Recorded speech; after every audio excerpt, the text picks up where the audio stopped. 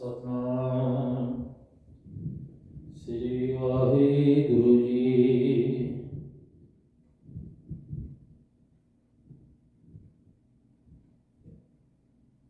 ਧਰ ਜੀ ਅਰੇ ਟੇਕ ਤੂੰ ਲਹਰ ਬੜਾਨੀ ਆਸ। ਨਾਨਕ ਨਾਮ ਧਿਆਈਐ ਕਾਰਜ ਆਵੈ ਰਾਸ। ਨਾਨਕ ਨਾਮ ਧਿਆਈਐ ਕਾਰਜ ਆਵੈ ਰਾਸ। ਸਤਨਾਮ ਸ੍ਰੀ ਵਾਹਿਗੁਰੂ ਜੀ। ਤਰਾਸਰੀ ਮਹੱਲਾ ਪਹਿਲਾ। ਹਮ ਆਦਮੀ ਹਾਂ ਇਕ ਦਮੀ, ਮੋਹਲਤ ਮੋਹਤ ਨਾ ਜਾਣਾ। ਨਾਨਕ ਬਿਨਵੈ ਤਿਸੈ ਸਰਵਹੁ, ਜਾ ਕੇ ਜੀ ਪਰਾਣਾ। ਅੰਧੇ ਜੀਵਨਾ ਵਿਚਾਰ, ਦੇਖ ਕੇਤੇ ਕੇ ਦਿਨਾ। ਰਹਾਉ ਸਾਸ ਮਾਸ ਸਭ ਜਿਉ ਤੁਮਾਰਾ, ਤੂੰ ਮੈਂ ਖਰਾ ਪਿਆਰਾ। ਨਾਨਕ ਸਾਇਰ ਏਵ ਕਹਤ ਹੈ, ਸੱਚੇ ਪਰਵਦਗਾਰਾ। ਜੇ ਤੂੰ ਕਿਸੈ ਨਾ ਦੇਹੀ ਮੇਰੇ ਸਾਹਿਬਾ, ਕਿਆ ਕੋ ਕੱਢੈ ਗਹਿਣਾ। ਨਾਨਕ ਬਿਨ ਮੈਂ ਸੋ ਕਿਛ ਪਾਈਐ, ਪੁਰਬ ਲਿਖੇ ਕਾ ਲੈਣਾ। ਨਾਮ ਖਸਮ ਕਾ ਚਿਤ ਨਾ ਕੀਆ, ਕਪਟੇ ਕਪਟ ਕਮਾਣਾ। ਜਮ ਦੁਆਰ ਜਾਂ ਪਕੜ ਚਲਾਇਆ, ਤਾਂ ਚਲਦਾ ਪਛਤਾਣਾ। ਜਬ ਲਗੇ ਦੁਨੀਆ ਰਹੀਐ ਨਾਨਕ, ਕਿਛ ਸੁਣਿਐ ਕਿਛ ਕਹੀਐ।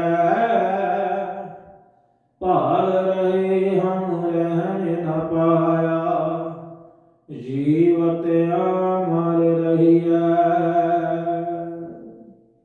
ਵਾਹਿਗੁਰੂ ਜੀ ਕਾ ਖਾਲਸਾ, ਵਾਹਿਗੁਰੂ ਜੀ ਕੀ ਫਤਿਹ।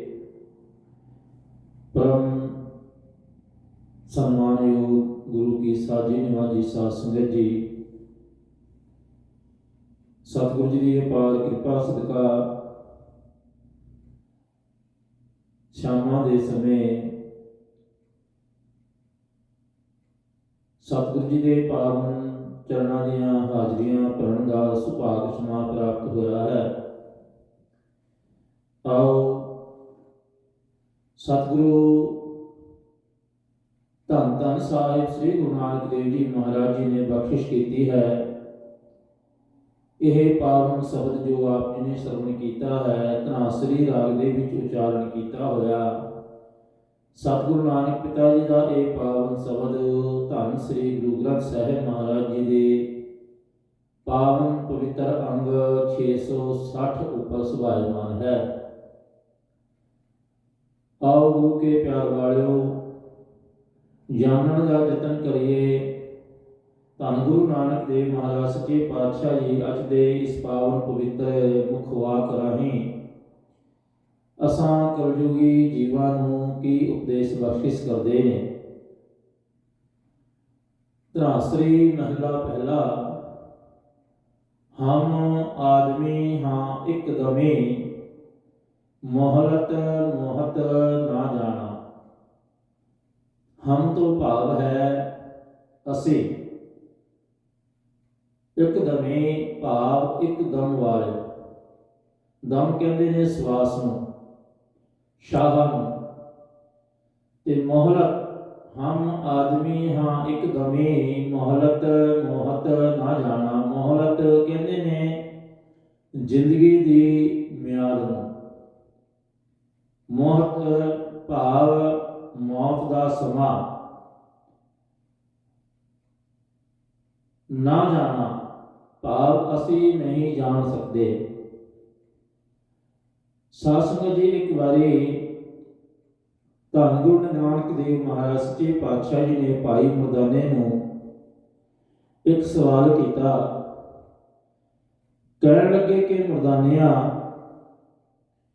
ਇਹ ਦੱਸ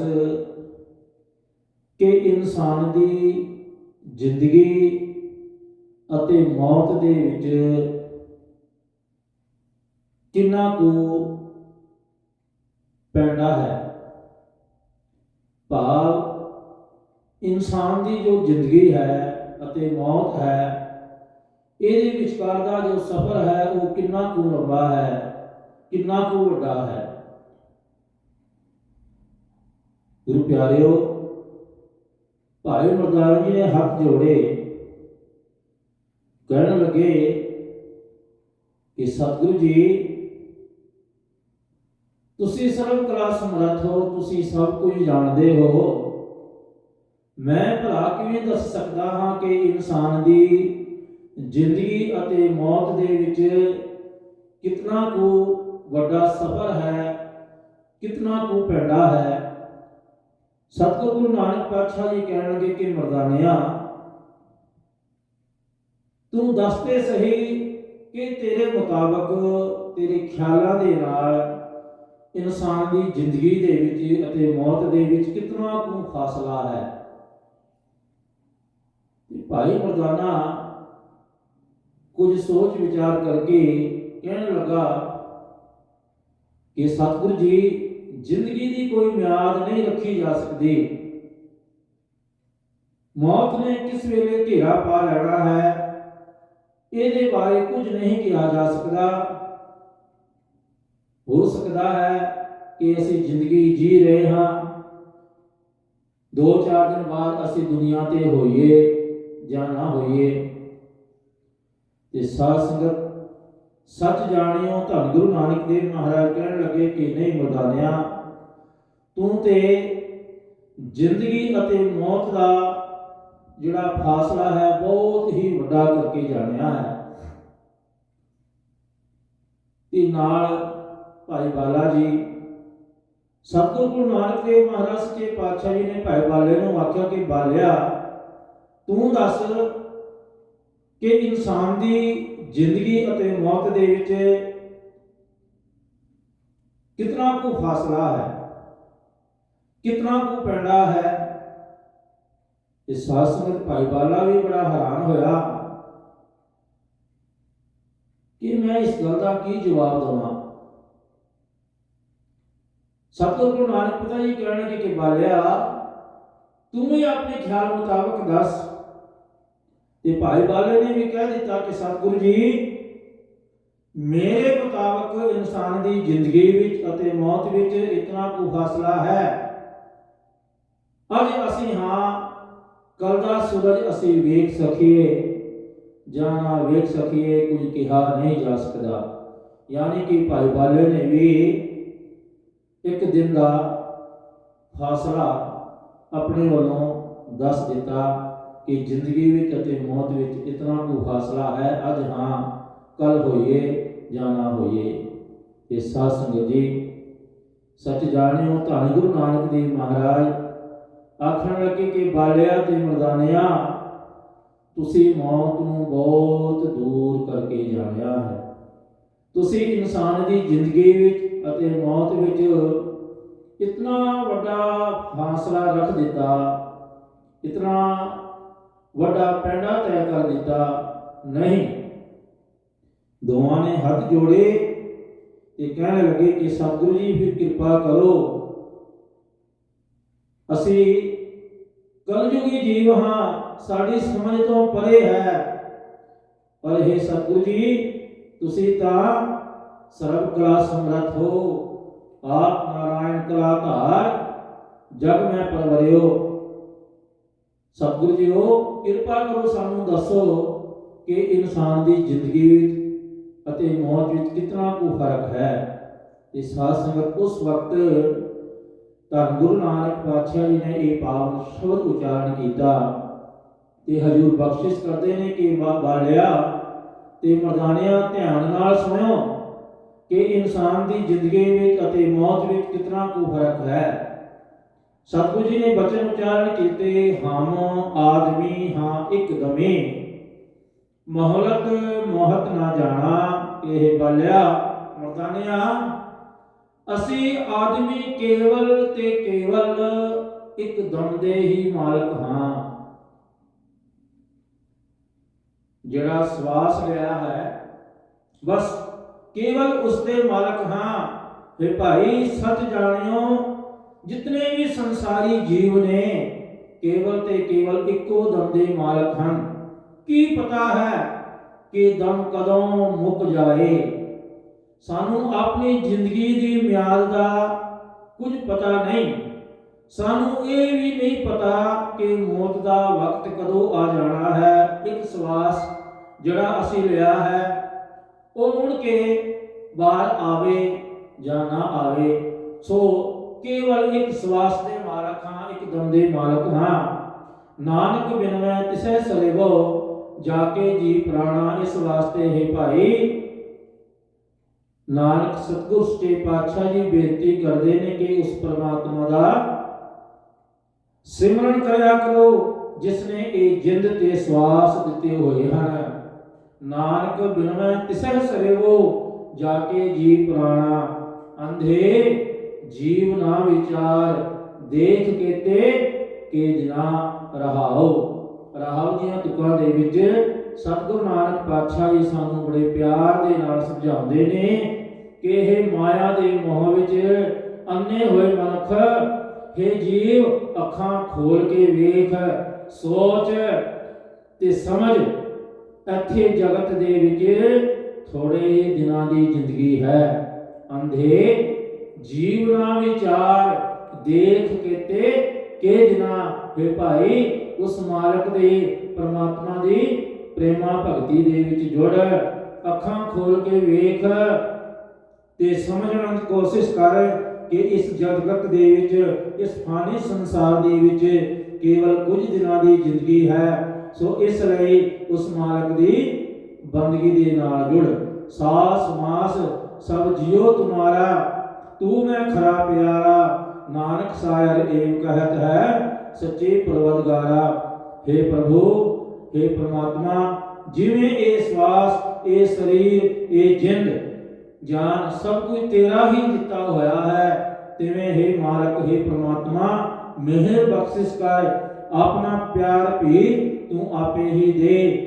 ਨਾਨਕ ਸਾਇਰ ਏਵ ਕਹਿਤ ਹੈ, ਸੱਚੇ ਪਰਵਦਗਾਰਾ। हे ਸਦਾ ਅਟਲ ਰਹਿਣ ਵਾਲੇ ਪਰਿਪੂਰਨ ਪ੍ਰਮਾਤਮਾ, हे ਜੀਵਾਂ ਦੇ ਪਾਲਣਹਾਰ, हे ਮਾਲਕ, हे ਵਾਹਿਗੁਰੂ, हे ਪ੍ਰਭੂ, ਤੇਰਾ ਢਾਡੀ ਨਾਨਕ ਤੇਰੇ ਦਰ ਤੇ ਇਹੀ ਬੇਨਤੀ ਕਰਦਾ ਹੈ, ਆਪਣੇ ਨਾਮ ਦੀ ਇਬਾਦਤ ਦੀ ਖੈਰ ਦੇ। ਜੇ ਤੂੰ ਕਿਸੈ ਨਾ ਦੇਹੀ ਮੇਰੇ ਸਾਹਿਬਾ, ਕਿਆ ਕੋ ਕੱਢੈ ਗਹਿਣਾ। ਨਾਨਕ ਬਿਨਵੈ ਸੋ ਕਿਛ ਪਾਈਐ, ਪੁਰਬ ਲਿਖੇ ਕਾ ਲੈਣਾ।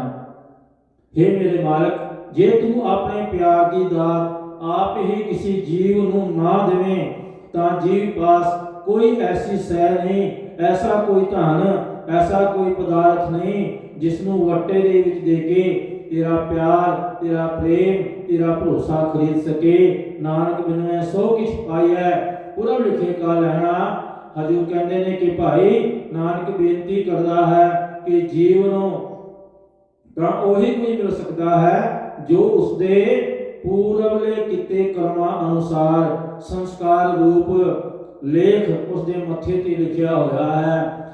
ਆਪਣੇ ਨਾਮ ਤੇ ਪਿਆਰ ਦੀ ਦਾਤ ਤਾਂ ਉਹ ਅਕਾਲ ਪੁਰਖ ਆਪ ਹੀ ਦਿੰਦਾ ਹੈ। ਨਾਮ ਖਸਮ ਕਾ ਚਿਤਨਾ ਕੀਆ, ਕਪਟੀ ਕਪਟ ਕਮਾਣਾ।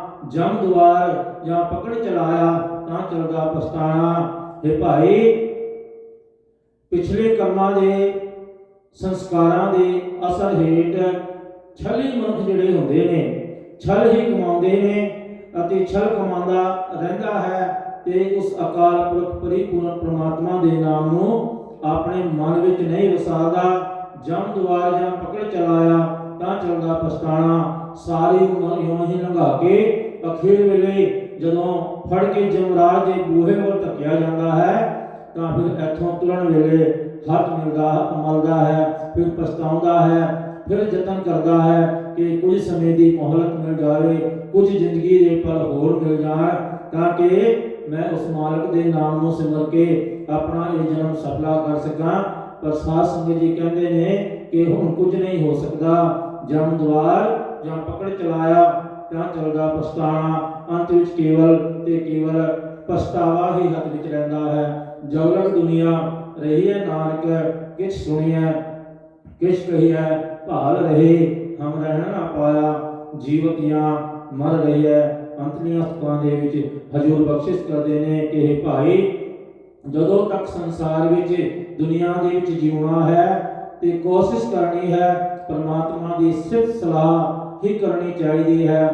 ਉਹ ਪਰਮਾਤਮਾ ਦੇ ਪ੍ਰੇਮ ਭਿੱਜੇ ਗੀਤ ਹੀ ਗਾਣੇ ਚਾਹੀਦੇ ਹਨ। ਇਹੀ ਹੈ ਮਨੁੱਖਾ ਜਨਮ ਦਾ ਲਾਭ। ਤੇ ਇੱਥੇ ਸਦਾ ਨਹੀਂ ਬੈਠੇ ਰਹਿਣਾ, ਇੱਕ ਦਿਨ ਆਪਾਂ ਸਾਰਿਆਂ ਨੇ ਇੱਥੋਂ ਤੁਰ ਜਾਣਾ ਹੈ। ਪਰ ਕਹਿੰਦੇ ਨੇ ਕਿ ਇਹ ਭਾਈ ਕਿਸੇ ਸ਼ਾਇਰ ਨੇ ਬੜਾ ਚੰਗਾ ਆਖਿਆ ਹੈ ਕਿ ਜਬ हम आए जगत में जग हंसे हम रोए, ऐसी करनी कर चलो हम हंसे जग रोए। सो संसार विच आके ਇਹੋ ਜਿਹੇ ਕਰਮ ਕਮਾਈਏ, ਇਹੋ ਜਿਹਾ ਕੁਝ ਕਰੀਏ ਕਿ ਜਿੱਦਾਂ ਬੱਚਾ ਜਦੋਂ ਜਨਮ ਲੈਂਦਾ ਹੈ ਸੰਸਾਰ ਵਿੱਚ ਆ ਕੇ ਉਹ ਰੋਂਦਾ ਹੈ, ਪਰ ਘਰ ਦੇ ਬੜੀ ਖੁਸ਼ੀਆਂ ਮਨਾਉਂਦੇ ਨੇ। ਘਰ ਵਾਲੇ, ਦੁਨੀਆ ਵਾਲੇ, ਸਾਕ ਸੰਬੰਧੀ ਰਿਸ਼ਤੇਦਾਰ ਹੱਸਦੇ ਨੇ। ਬੱਚਾ ਉਦੋਂ ਰੋਂਦਾ ਹੈ ਤੇ ਦੁਨੀਆ ਹੱਸਦੀ ਹੈ।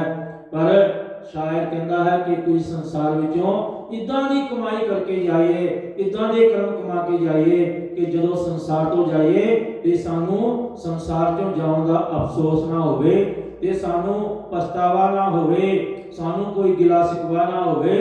जब हम आए जगत में जग हंसे हम रोए, ऐसी करनी कर चलो हम हंसे जग रोए। ਇਹੋ ਜਿਹੀ ਕਰਨੀ ਕਰਕੇ ਜਾਈਏ, ਇਹੋ ਜਿਹੇ ਕਰਮ ਕਮਾ ਕੇ ਜਾਈਏ ਕਿ ਦੁਨੀਆ ਦੇ ਲੋਕ ਜਿਹੜੇ ਨੇ ਉਹ ਸਦਾ ਚੇਤੇ ਕਰਦੇ ਰਹਿਣ ਤੇ ਉਹਨਾਂ ਨੂੰ ਦੁੱਖ ਹੋਵੇ, ਉਹਨਾਂ ਨੂੰ ਸਿਕਵਾ ਹੋਵੇ ਕਿ ਇੰਨਾ ਚੰਗਾ ਬੰਦਾ, ਇੰਨੀ ਚੰਗੀ ਰੂਹ ਸਾਡੇ ਵਿੱਚੋਂ ਚੱਲੀ ਹੈ। ਭਾਵ ਤੈਨੂੰ ਉਦੋਂ ਹੱਸਣਾ ਆਵੇ ਤੇ ਲੋਕਾਂ ਨੂੰ ਉਦੋਂ ਤੇਰੇ ਜਾਣ ਤੇ ਰੋਣਾ ਆਵੇ। ਅਸੀਂ ਸਤਿਗੁਰੂ ਨਾਨਕ ਪਾਤਸ਼ਾਹ ਜੀ ਕਹਿੰਦੇ ਨੇ ਕਿ ਭਾਈ ਭਾਲ ਰਹੇ ਹਮ ਰਹਿਣ ਨਾ ਪਾਇਆ, ਜੀਵਤੀਆਂ ਮਰ ਰਹੀ ਹੈ। ਅਸੀਂ ਲੱਭ ਚੁੱਕੇ ਹਾਂ, ਅਸੀਂ ਢੂੰਡ ਚੁੱਕੇ ਹਾਂ, ਕਿਸੇ ਨੂੰ ਸਦਾ ਦਾ ਟਿਕਾਣਾ ਇਸ ਸੰਸਾਰ ਦੇ ਵਿੱਚ ਨਹੀਂ ਮਿਲ ਸਕਿਆ। ਇਸੇ ਲਈ ਗੁਰੂ ਨਾਨਕ ਪਾਤਸ਼ਾਹ ਜੀ ਦੇ ਬਚਨ ਨੇ, ਮੈਂ ਕਿਆ ਮੰਗੋ ਕਿਛ ਥਿਰ ਨਾ ਰਹਾਈ, ਹਰ ਦੀਜੈ ਨਾਮ ਪਿਆਰੇ ਜੀਓ। हे ਵਾਹਿਗੁਰੂ, हे ਪ੍ਰਮਾਤਮਾ, ਮੈਂ ਤੇਰੇ ਦਰ ਤੋਂ ਇਹੋ ਜਿਹੀ ਕਿਹੜੀ ਮੰਗ ਕਰਾਂ ਜੋ ਸਦਾ ਨਾਲ ਨਿਭ ਸਕੇ। ਤੇ ਅੰਤ ਵਿੱਚ ਹਜ਼ੂਰ ਕਹਿੰਦੇ ਨੇ ਕਿ ਸਾਰੇ ਸੰਸਾਰ ਵੱਲ ਝਾਤ ਮਾਰ ਕੇ ਜਦੋਂ ਵੇਖਿਆ ਤੇ ਸਭ ਕੁਝ ਜੋ ਦਿਸੈ ਸੋ ਸਗਲ ਵਿਨਾਸ਼ੈ, ਜਿਉ ਬਾਦਲ ਕੀ ਛਾਈ। ਸਭ ਕੁਝ ਖਤਮ ਹੋ ਜਾਣ ਵਾਲਾ ਹੈ, ਸਭ ਕੁਝ ਵਿਨਸ ਜਾਣ ਵਾਲਾ ਹੈ, ਸਭ ਕੁਝ ਚਲਾਏ ਮਾਰ ਹੈ। ਇਸ ਲਈ ਹਜ਼ੂਰ ਕਹਿੰਦੇ ਨੇ ਕਿ हे ਵਾਹਿਗੁਰੂ, हे ਪ੍ਰਮਾਤਮਾ, ਮੈਂ ਕਿਆ ਮੰਗੋ ਕਿਛ ਥਿਰ ਨਾ ਰਹਾਈ, ਹਰ ਦੀਜੈ ਨਾਮ ਪਿਆਰੀ ਜੀਓ। ਕੇਵਲ ਤੇ ਕੇਵਲ ਜੇ ਸਦਾ ਥਿਰ ਰਹਿਣ ਵਾਲਾ ਹੈ, ਸਦਾ ਨਾਲ ਨਿਭਣ ਵਾਲਾ ਹੈ ਤੇ ਉਹ ਹੈ ਪਰਿਪੂਰਨ ਪ੍ਰਮਾਤਮਾ ਅਕਾਲ ਪੁਰਖ ਪਰਮੇਸ਼ਵਰ ਦਾ ਨਾਮ। हे ਮਾਲਕ, ਇਸ ਲਈ ਕਿਰਪਾ ਕਰ ਸਾਨੂੰ ਆਪਣੇ ਨਾਮ ਦੀ ਇਬਾਦਤ ਦੇ ਖੈਰ ਦੇ, ਤਾਂ ਕਿ ਤੇਰਾ ਨਾਮ ਜਪ ਕੇ ਸਾਡਾ ਇਹ ਜੋ ਜਨਮ ਹੈ ਇਹ ਸਫਲਾ ਹੋ ਸਕੇ। ਸਾਧ ਸੰਗਤ ਜੀ, ਆਓ ਸਤਿਗੁਰੂ ਪਾਤਸ਼ਾਹ ਜੀ ਦੇ ਚਰਨਾਂ ਦੇ ਵਿੱਚ ਆਪਾਂ ਸਾਰੇ ਰਲ ਮਿਲ ਕੇ ਇਹ ਅਰਦਾਸ ਕਰੀਏ ਕਿ हे ਮਾਲਕ, हे ਪ੍ਰਮਾਤਮਾ, ਇਸ ਜ਼ਿੰਦਗੀ ਦਾ ਕੋਈ ਭਰੋਸਾ ਨਹੀਂ ਹੈ, ਇਸ ਜੀਵਨ ਦੀ ਕੋਈ ਮਿਆਦ ਨਹੀਂ ਹੈ,